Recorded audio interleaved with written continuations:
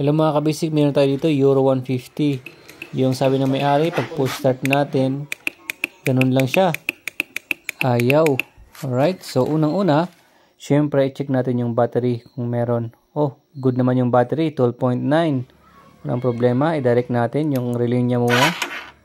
Ayun, gumagana naman yung kanyang starter motor, walang problema. So ngayon, i-test light natin itong ating relay. Dapat yung isang terminal, mapasukan siya ng positive galing sa ating battery pag tayo nag-push start. Ayan, ilagay natin sa negative yung ating test probe. At yan na nga, no? Meron, wala, meron, okay.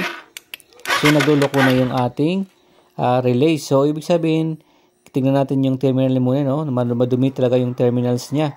Check din natin sa ating multimeter tester. Ayan, so meron naman, nagko-contact man sa loob yan.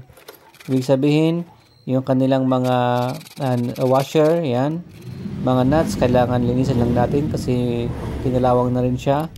Ayan, kaya pagkatapos natin siyang linisan, pati yung kanyang terminal, so kalimutan na linisan, ayan, yung negative at saka positive. Ilagay na natin yung ating terminal sa ating relay. Pagpitan ng maayos. Minsan dito lang sa relay, no, yung mga washer niya, mga nut niya ay kinalawang kaya kailangan linisan. Ayan. So balik na natin, try na natin. You know. So okay na mga kabasic. So ganun lang gawin ninyo at kaya niyo yan. Alright.